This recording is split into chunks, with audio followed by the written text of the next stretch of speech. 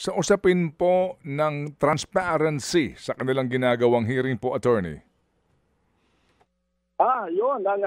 Isa sa aming panawagan na i-live stream ito at para makita ng publiko yung mga hearing sa Senado, pati yung hearing nga sa mga korte ngayon na sa ibang bansa ay naka-live stream na at makikita ng publiko ay may mga modern technology na tayo na magagamit. Yung si Duterte nga lamang sa International Criminal Court ay nakita natin ang mga proseso.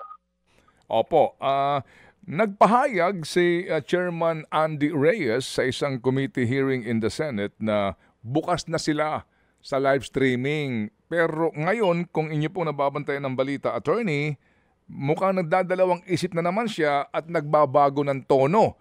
Kesyo, kinakailangan pa ng rules. May mga ganun po pinag-uusapan. Ano po ang inyong take doon, attorney?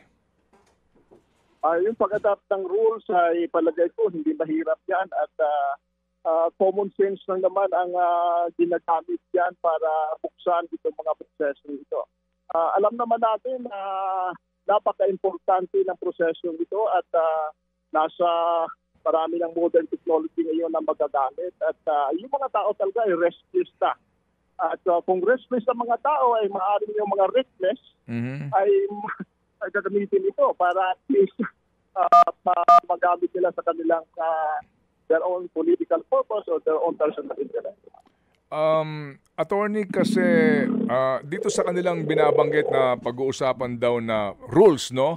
Sa live streaming. Ako, naiisip ko lang po, no? Hindi naman sa tayo po'y adelantado dito, pero naiisip ko, paano kung isama nila sa rules na tatanungin muna nila yung kanilang resource person, tatanungin muna nila yung kanilang inimbitahan, gusto mo bang i-live stream ito o hindi? Pag sinabing ayoko po, hindi na ila-live stream.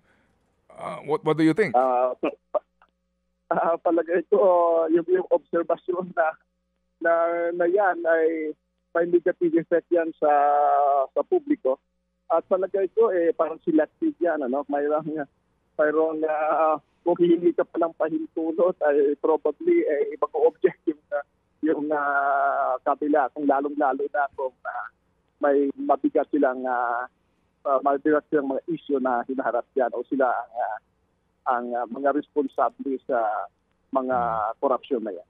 Mga kapatid, brothers and sisters, saan ka pa? Dito na tayo sa totoo.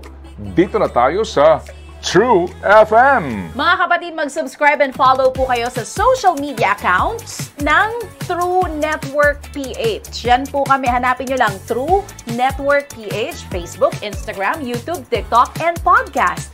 Mapa Apple or Spotify man yan, mahahanap nyo kami. Lahat ng mga napapanood at napapakinggan nyo po sa programa, nasa social media accounts namin yan. So, paano mga kapatid? See you sa social media!